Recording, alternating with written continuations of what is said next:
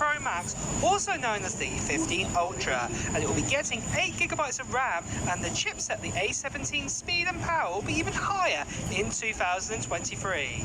So, let's continue with the upcoming features we already know for the iPhone 15. As I've said before, believe it or not, there's loads of information already out there, and next year we'll be getting a whole new top-end model called the iPhone 15 Ultra that will be set above the iPhone 15 Pro range. I want to share all the details about the iPhone 15 over the next few weeks, everything we know so far, and I also want to give you guys the starting details for the iPhone 15 release date and price with specs as well. Now, this is one of the last times I'm going to say this. A lot of you are going to say, calm down, the iPhone 14 has just come out and you're already talking about the iPhone 15, and Apple haven't even started working on this product yet.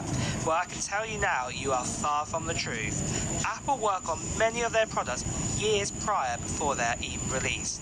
For example, the first iPad was worked on in 2004 with some prototypes that you can see here in these pictures, and it didn't actually come out for another 6 years later in 2010.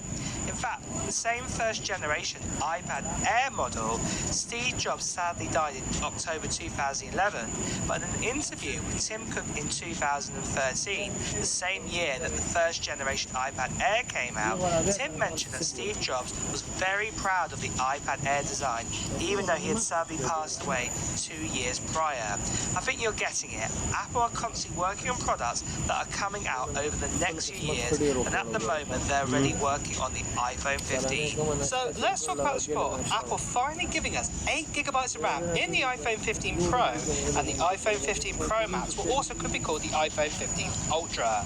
So a new leak has come in telling us the brand new iPhone 15 Pro and the Ultra models will have 8GB of RAM according to TrendForce. Now, TrendForce have had a little bit of a hit and miss with their leaks over the years. However, I would have to say it does make sense for Apple to put 8GB of RAM in the iPhone 15 Pro and the 15 Pro Max, or the 15 Ultra, whatever it's going to be called. Last year's iPhone 13 Pro models and all of this year's iPhone 14 models have 6GB of RAM inside. Granted, the 14 Pro models do have faster RAM of that 6GB inside, but it would make sense for Apple in 2023 to up the RAM by another 2GB, as we already